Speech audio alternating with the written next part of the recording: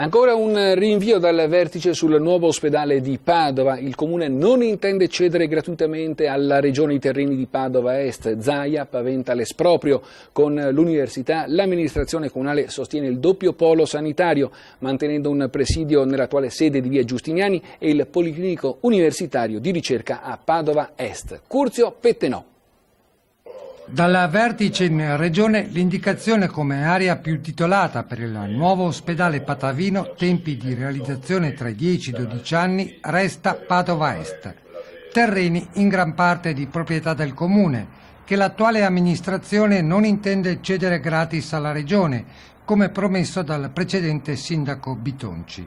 Zaia non ci sta, pronto anche agli espropri a far cadere l'ipotesi avanzata di un doppio polo ospedaliero, uno cittadino con ricostruzioni negli attuali spazi di via Giustiniani, evitandone così il degrado, e policlinico universitario di valenza regionale a Padova Est.